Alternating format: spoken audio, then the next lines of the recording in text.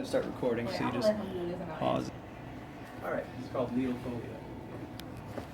I work as a paramedic at the local fire department, and during an ambulance call, I'm very often asked a variation of any of these two questions. Why do paramedics stick an IV on so many of their patients? Or, I don't want to get an IV, is this necessary?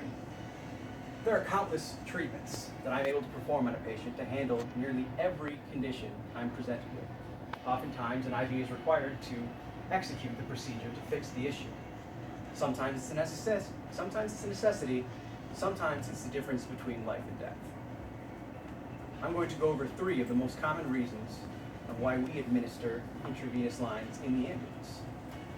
First, an IV line is most often used to establish, in the ambulance, it's established to deliver a medication. According to Roberts and Hedges Clinical Procedures in Emergency Medicine, IV access is needed in patients for whom IV medications are required or when oral administration is not indicated. While there are a few medications that we can give a patient by mouth, many of the meds we use in the back of the ambulance are only able to be given by IV. Sometimes sometimes medications that can be taken orally aren't able to be given because of the patient's condition. Some of these conditions are patients unconscious, cannot follow commands, or the patient is no longer able to swallow and an IV line is the only option to administer the medication they need. Or the patient may be going into surgery when they arrive at the hospital and they can't have anything in their stomach, or else when they're put under anesthesia. An example of one of the medications I must provide through an IV line is called D50, or dextrose 50%. This medication is administered to patients experiencing a condition called hypoglycemia. This is one where they have a dangerously low blood sugar. Since your brain uses glucose, or sugar, in your blood to be able to function, this is the first organ that fails if someone's blood sugar drops.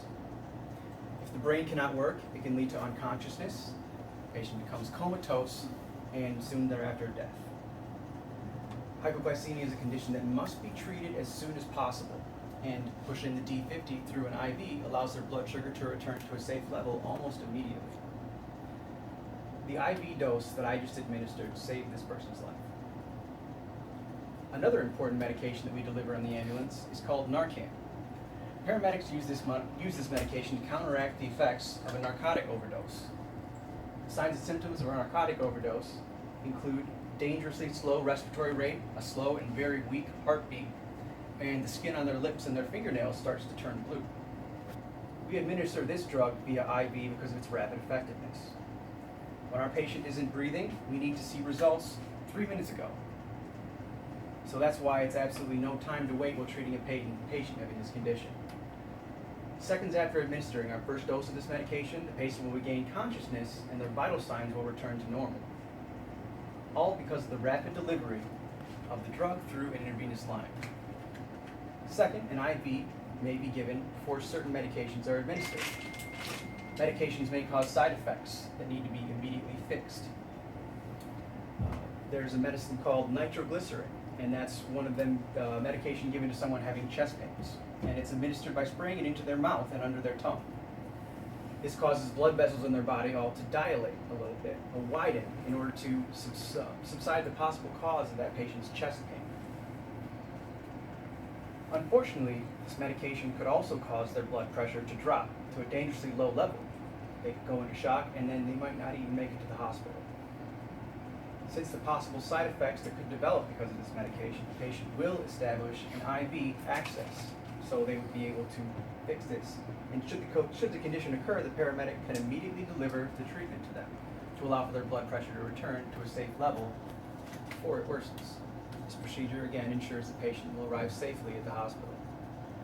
Lastly, paramedics often encounter patients suffering from a serious trauma, which results in a significant blood loss.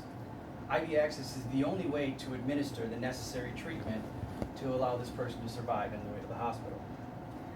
These types of injuries, such as the high significant trauma, indicate establishing 2 large high-bore IVs, very large IVs, one in each arm, to be able to quickly return their blood pressure for the amount of blood that they've lost. So to help you visualize this, picture a sprinkler in your garden. If you provide less water to the sprinkler, the bursts come out smaller and they don't travel as far.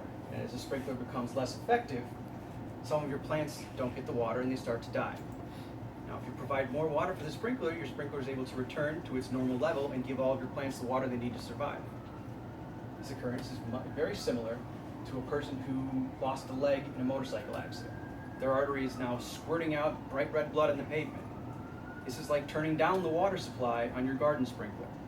The heart has less blood to pump. Without blood, cells begin to die, and the longer this continues, the more quickly they die off. This causes your body to go into shock, and you could die a short time thereafter if the condition is not remedied and your organs begin to fail.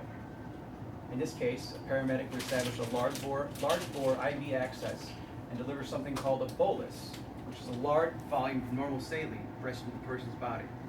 This increases the volume of the blood in the body temporarily until they receive a more permanent solution once they arrive at the hospital, such as a blood transfusion.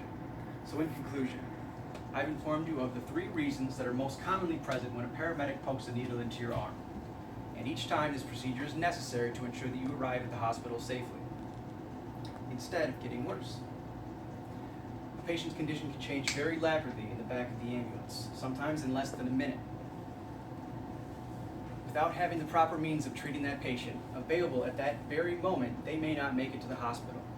So, remember, if you ever have to get a ride in the back of an ambulance, know that that little small amount of pain that paramedic might give you for a short period of time may save your life. Anyone have any questions? Thank you guys very, very much. Thank you.